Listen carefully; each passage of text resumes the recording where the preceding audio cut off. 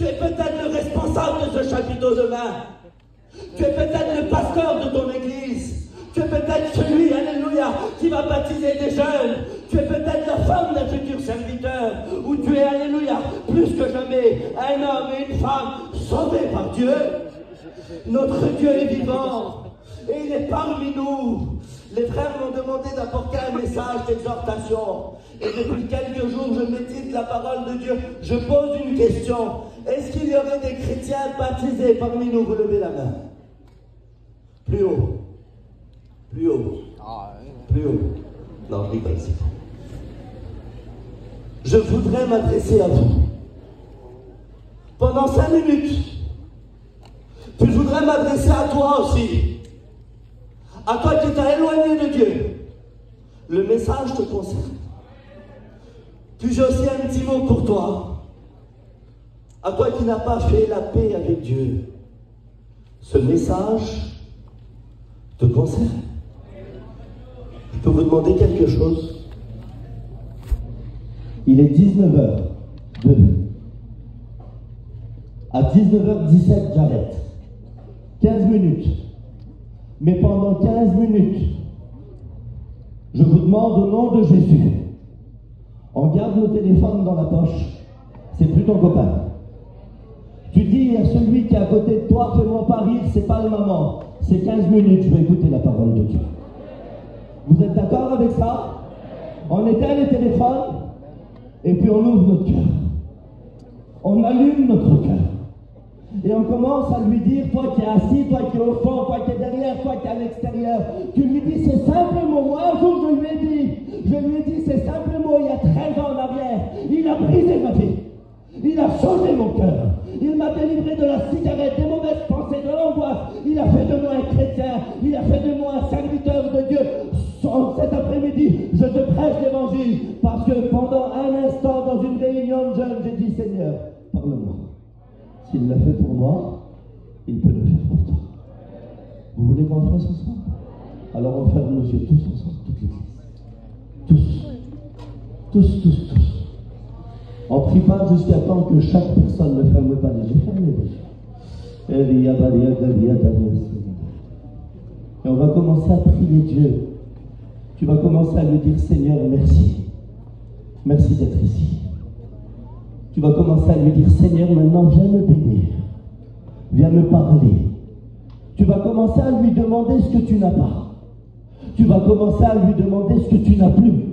Tu vas commencer à lui demander qu'il puisse te visiter. Puis je vais demander à 2 copains. J'ai 2 copains d'études devant moi. Je voudrais qu'ils prient le Seigneur. Je vais demander à Jephté et à Calvé de prier le Seigneur pour moi.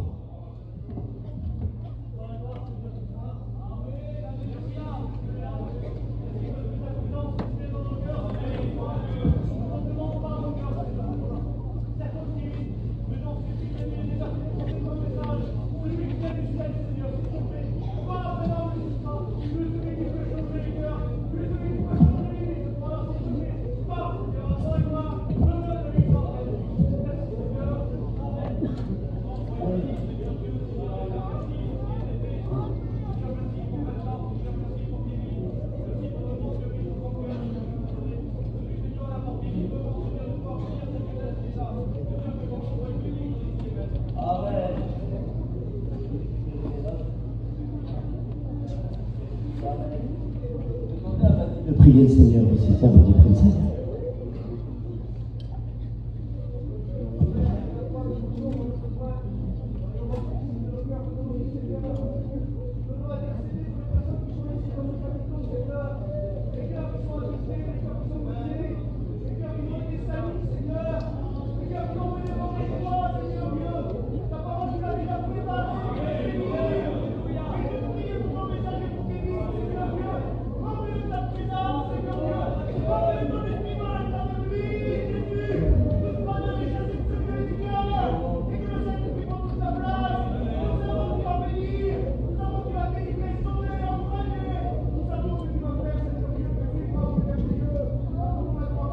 Amen.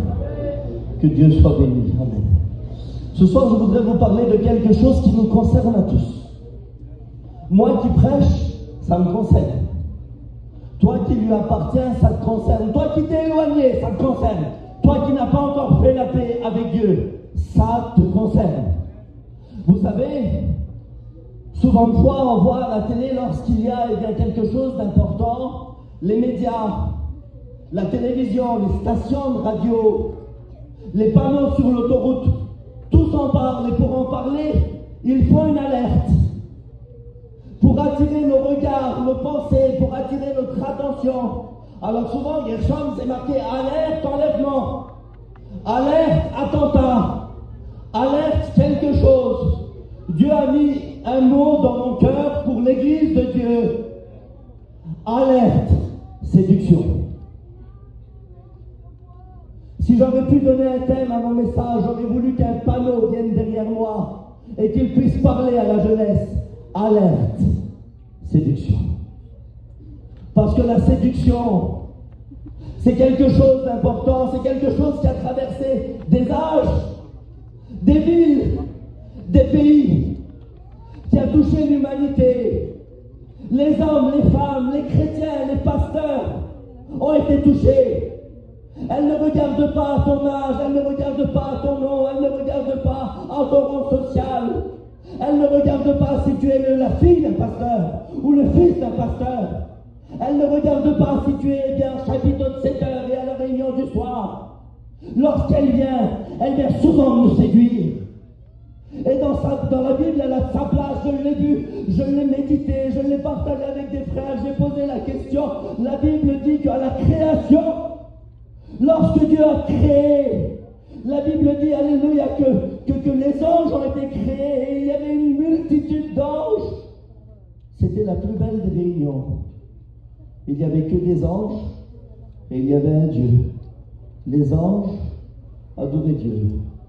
Mais la Bible dit dans le livre d'Ésaïe 14 et d'Ézéchiel 28 que l'orgueil se trouva dans le cœur de Lucifer et il a voulu être à la hauteur de Dieu et plus grand que ses frères. Et pendant que Lucifer était animé de cette séduction, vous savez ce qu'il a fait? Il a attiré des milliers, des milliers, des milliers, des millions et des millions d'anges dans son travers. Parce qu'il a réussi à les séduire. Et lorsque les anges étaient séduits, ce sont devenus des anges qui ont perdu leur dignité. Donc ils n'étaient plus à leur place. Ils ne louaient plus. Ils n'adoraient plus. Ils ne chantaient plus. Ils ne louaient plus. Ils n'étaient plus face devant Dieu. Parce que la séduction les a déplacés. Église de Dieu, chrétiens, chrétiennes, nous ne sommes pas à l'abri de la séduction de ce monde. Si elle a touché des anges, elle peut nous toucher. Elle peut nous déloger. Elle peut nous voler ce que nous avons de plus cher. Elle peut nous voler notre position.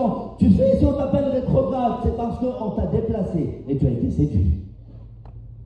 Tu sais, aujourd'hui, si tu ne pries plus, si tu ne loues plus, si tu n'adores plus, c'est parce que la séduction nous a attirés, les regards nous ont attirés. Et puis quand je lis la parole de Dieu, la Bible dit, alléluia, que Dieu soit béni, parce que Dieu, lui, il ne change pas. Dans le livre de Job, au chapitre 2, la Bible dit que les fils de Dieu se tenaient devant l'Éternel. Les anges étaient devant l'Éternel. Et la Bible dit que Satan va aussi au milieu d'eux. Donc ça voudrait dire qu'il va aller recommencer ce qu'il avait déjà fait auparavant. Mais la Bible dit que ce jour-là, les anges avaient leur regard sur Dieu et plus sur lui. Je peux vous dire un petit mot. L'ennemi va toujours essayer de revenir là où il a déjà travaillé. L'ennemi va toujours essayer de revenir là où il a déjà gagné, là où il a déjà remporté. Mais en cet après-midi, jeunesse, alléluia, du chapiteau de 7 heures, de la même manière que les fils de Dieu, nous portons nos regards sur l'Éternel. Parce que nos regards, quand nos regards sont sur l'Éternel, nous ne pouvons pas défailler. Nous ne pouvons pas bouger. Nous ne pouvons plus perdre notre dignité. Nous gardons ce que nous sommes et nous devons plus avec lui. Parce qu'avec lui, alléluia, nous avançons de gloire en gloire. La Bible dit, alléluia, qu'un jour dans le jardin d'Éden, il va se passer quelque chose. Je rentre dans mon message. La Bible dit qu'il y avait un homme et une femme dans ce lieu. L'histoire de Adam et Ève. Et la Bible, elle dit ça. La Bible, elle dit, alléluia, que le serpent était l'animal le plus rusé des champs, de tous les animaux des champs que l'Éternel Dieu avait créés. Et la Bible dit ça, Genèse 3, écoutez-moi. Le serpent va se diriger vers cette femme qu'on appelle Ève, et puis va lui dire ce mot-là. Il va lui dire, Dieu a-t-il réellement dit que vous ne mangerez pas de tous les arbres du jardin? La femme répondit au serpent, nous mangeons du fruit des arbres du jardin. Mais quant au fruit de l'arbre qui était au milieu du jardin, Dieu a dit, vous n'en mangerez point, et vous n'y toucherez point, de peur que vous ne mouriez. Alors le serpent dit à la femme, vous ne mourriez point, mais Dieu sait que le jour où vous en mangerez, vos yeux s'ouvriront, et vous serez comme des dieux, connaissant le bien et le mal. La femme vit que l'arbre était bon à manger, agréable à la vue, et qu'il était précieux pour ouvrir l'intelligence. Il semblerait qu'il va revenir de la même manière dont il avait agi et bien dans le royaume des cieux, mais ce coup-ci, dans le jardin d'Éden. Là où il y avait un homme qui était bien créé par Dieu. Adam, son père, c'est Dieu. Adam, il est dans le jardin que Dieu a créé. Dans ce jardin-là, il y avait tout ce que Adam avait besoin. Dans ce jardin-là, il y avait de quoi se nourrir, de quoi boire. Il y avait bien les plus belles choses du monde. Vous savez, aujourd'hui, lorsqu'on parle bien de lieux importants, des plus belles villes, des plus belles îles, vous savez ce qu'on dit? C'est le paradis, c'est le jardin d'Éden. On essaye d'apporter bien cette vision-là pour vous faire montrer qu'il n'y a pas de plus beau. Et l'ennemi va arriver là où il y a, alléluia, là où c'est tellement beau, là où il semblerait qu'Adam avait besoin de rien, là où il semblerait que Ève était trop bien, ils étaient avec Dieu. Il y avait la présence de Dieu, ils étaient les créatures de Dieu, mais pendant un moment, il va arriver. Vous savez, chrétiens, il ne suffit pas bien qu'on soit chrétien, qu'on a le foulard à la tête, la Bible à la main, qu'on parle de réunion en réunion. S'il veut te séduire, il va venir. S'il veut te séduire, il va venir. S'il veut te séduire, il va venir te parler. Et vous savez avec quoi il nous séduit? Avec ce qu'on aime regarder. La Bible dit ce mot-là, vous l'avez entendu? As-tu remarqué l'arbre? Comme il est bon au goûter et agréable à la vue. Il semblerait qu'à ce moment, Église de Dieu, le serpent, l'ennemi, va apporter la ruse, la séduction. Il va aller là où ils sont dans des meilleures conditions, dans le plus beau endroit du monde. Dieu est avec eux, ils ont tout ce qu'ils veulent, ils ont le bonheur. Et là, il va commencer à recommencer ce qu'il fait, de faire ce qu'il a fait. Il va essayer de les séduire, de porter leur regard sur ce que la Bible dit qui était beau au regard. Souvent, vous savez que la séduction est associée à l'éloignement de la vérité. Il arrive à nous séduire avec des choses qui ne sont pas vraies, pour faire croire qu'ils sont vrais. Le vrai du faux. La contrefaçon. Allez à Clignancourt et vous allez voir à Aubervilliers. On va essayer de vous vendre des choses qui sont fausses et on va les faire passer pour vraies. Mais il va y avoir une manière pour vous les vendre. Ils vont essayer de vous amadouer. Ils vont essayer de vous attirer. Il va essayer d'attirer vos regards. Regarde mon magasin, regarde ce que je vends, regarde la qualité, regarde le prix, puis la séduction de ce monde, elle est comme ça. Elle va essayer de te faire croire que c'est bien, mais en réalité, lorsque tu regardes les détails dans la contrefaçon, ça ne se voit pas directement que c'est faux, c'est dans les détails que tu remarques que c'est faux. Et l'ennemi va toujours vouloir te faire croire qu'il est vrai, mais en réalité, il est faux. Il se déguise en ange de lumière. Il rôde comme un lion rugissant. Il va essayer de nous faire croire avec sa séduction que tout est permis. Il va essayer, chrétien, de te faire croire que tu as le droit d'aller partout, de faire ce que tu veux, de dire ce que tu veux, de voir ce que tu veux, pardon, de fréquenter avec qui tu veux. Ça, c'est la séduction de ce monde. Nous sommes des chrétiens, nous demeurons fermes, capables de renoncer. De la même manière dont Jésus était capable de dire non. La Bible dit, alléluia, écoutez, qu'un jour l'ennemi va l'élever. Il va l'élever, puis va lui montrer toutes les beautés de ce monde. Il va lui montrer la ville de Jéricho, ville des palmiers, ville des lumières, ville du parfum. Et il va l'élever en lui disant, si tu te prosternes et m'adores, si tu te prosternes et m'adores, il va élever Jésus pour le séduire, pour ensuite se prosterner. Alors je vous pose cette question, s'il l'a fait pour Jésus, vous ne croyez pas qu'il peut le faire pour nous? Combien de chrétiens ont été séduits par le monde? Combien de chrétiens ont été séduits par les choses de ce monde? Combien ont été piqués par ces choses-là? La séduction, comme je vous l'ai dit, est souvent liée à la tromperie, à l'éloignement. La Bible dit que la femme ayant été séduite est tombée dans le péché. Et lorsqu'il te séduit, vous savez ce qu'il va faire? Parce que la Bible dit que lorsque elle va commencer à s'approcher de l'arbre, elle va commencer à manger du fruit défendu, la Bible va dire qu'elle va, se retrouver dévêtue, qu'elle va avoir honte et qu'elle va se cacher. Et là, Dieu intervient. Vous voulez écouter ce que Dieu dit? Genèse 3:9. Adam, où es-tu? Il semblerait que dans le jardin d'Éden, Dieu cherchait un homme, Dieu cherchait une femme, Dieu cherchait un foyer qui a été séduit par l'ennemi, qui a touché à des choses qu'il ne fallait pas, qui sont allés dans les lieux où il ne fallait pas, qui se sont approchés à des choses qu'il ne fallait pas. Et l'ennemi, à ce moment-là, il vient jouer son jeu. Regarde ce que tu as fait. Regarde ce que tu as dit, regarde où tu es allé. Mais la Bible dit, alléluia, que Dieu va le chercher, non pas pour le condamner, mais pour pouvoir le pardonner. Vous savez ce que l'ennemi a réussi à faire? À changer les rôles, inverser les rôles. Vous savez lesquels? Ève lui parlait en dialoguant, et quand Dieu l'a cherchée, elle se cachait.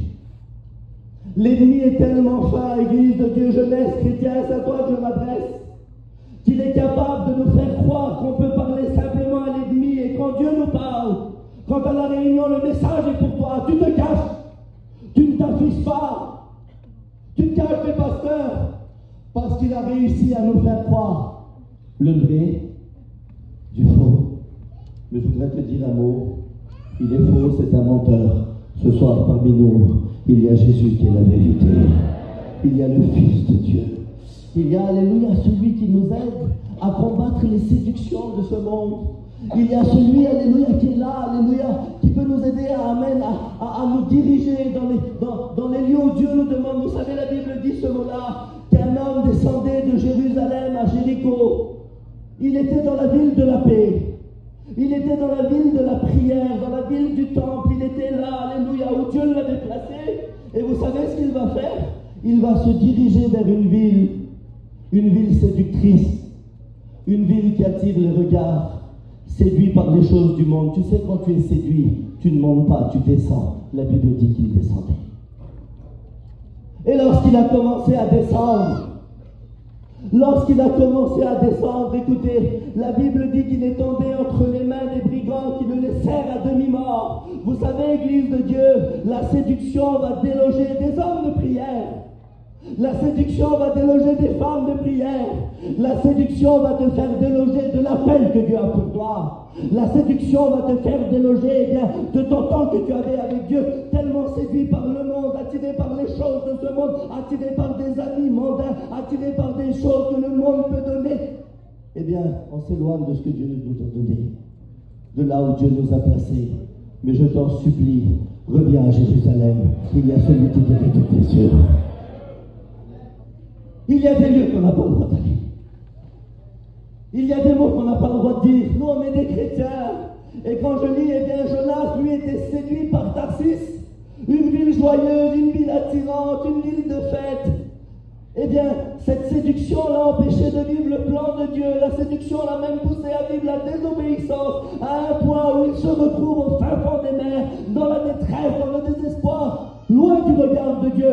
La Bible dit qu'il était aux racines des montagnes. Mais je rends gloire à Dieu, parce que même si tu es séduit, et même si tu as désobéi, de la même manière que Jonas a crié, la Bible dit, alléluia, qu'au sein de ce jour des morts, au jour de la détresse, j'ai invoqué l'Éternel, et il m'a répondu. Il était capable d'aller chercher quelqu'un qui a été séduit, quelqu'un qui a été attiré, quelqu'un, alléluia, qui s'en fait rouler. Puis je te pose cette question. Je voudrais te poser cette question, je m'adresse aux jeunes garçons, aux jeunes filles. À combien de fois on a été roulé? À combien de fois il a essayé de se faire passer pour le vrai alors qu'il est le faux? À combien de fois il nous a fait faire des choses qu'on ne pouvait pas? Il nous a fait aller dans des lieux qu'on ne devait pas aller. À combien de fois il a réussi à éteindre la voix du Saint-Esprit, la voix de tes pasteurs? Puis là, quand ce soir t'es là et t'es troublé, t'as un poids sur toi parce que tu te sens désobéissant, un petit peu comme elle. Mais je voudrais te dire quelque chose. La Bible dit, 1 Jean 3, 8, petit enfant, que personne ne vous séduise, parce que le Fils de Dieu est apparu pour détruire les œuvres du diable. Alléluia, il y a la solution à la séduction. Il est venu, alléluia, nous faire comprendre qu'on n'a pas le droit de se faire séduire. Il n'y a qu'un petit enfant qu'on peut le séduire comme on veut. Il n'y a qu'un petit enfant qu'on peut lui dire ce qu'on veut, il nous croit. Nous sommes des chrétiens. Tu n'as pas le droit d'écouter n'importe qui. Tu n'as pas le droit d'aller n'importe où. La séduction, elle va même jouer dans l'évangile. La Bible dit, c'est Paul qui va dire, prenez garde qu'on ne vous séduise pas avec des discours. Donc la prédication, tu sais, il y a des pasteurs aujourd'hui, Ephraïm, ils t'autorisent de faire tout. Ils te disent d'aller n'importe où. Tu as le droit de faire des raves parties. Tu as le droit de sauter, de danser. Ne soyons pas séduits par les prédicateurs médiatiques, mais soyons attachés à la parole de Dieu pour vivre la vérité. On ne bougera pas. On dit la vérité, même si c'est simple. On veut être vrai. La Bible dit, oh alléluia, prenez garde que personne ne vous séduise à l'égard de la simplicité de l'évangile. Qu'elles sont belles nos réunions, elles sont simples. Il n'y a pas de lumière tamisée. Non, il n'y a pas de boule qui tourne comme ça.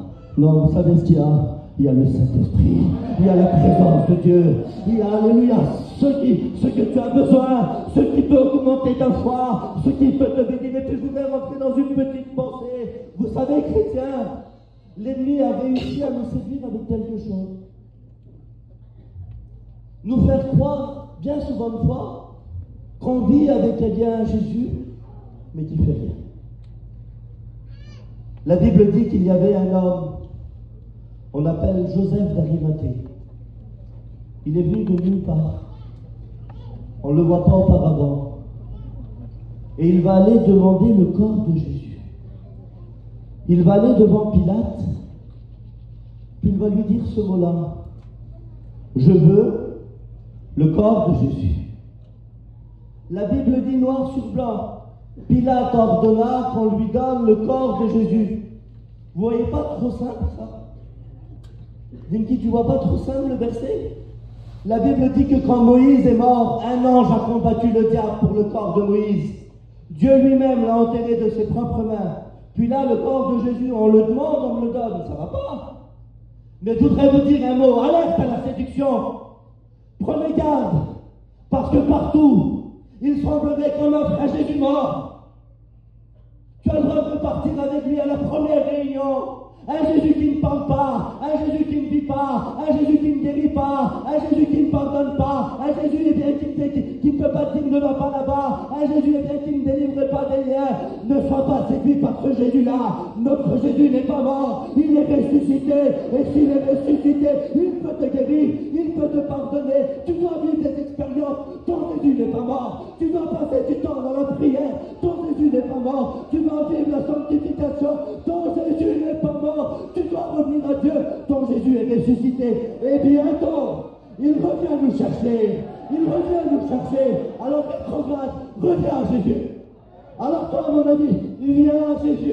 Parce qu'il est ressuscité. Il est parti nous préparer une place. Et il a dit, je veux que là où je suis, vous y soyez aussi. Tu ne voudrais pas venir à Jésus? Tu ne voudrais pas participer à ce qu'il est allé préparer? On ne veut pas un Jésus mort. On veut un Christ ressuscité, un Christ en gloire, un Christ victorieux. Chrétien, chrétienne, tu as le droit de vivre des expériences. Tu n'as pas le droit de rester des mois sans prier. Tu T'as pas le droit de rester des mois sans vivre des expériences. Jésus est ressuscité. Vous croyez que Jésus est ressuscité? On prie le Seigneur. Prions le Seigneur.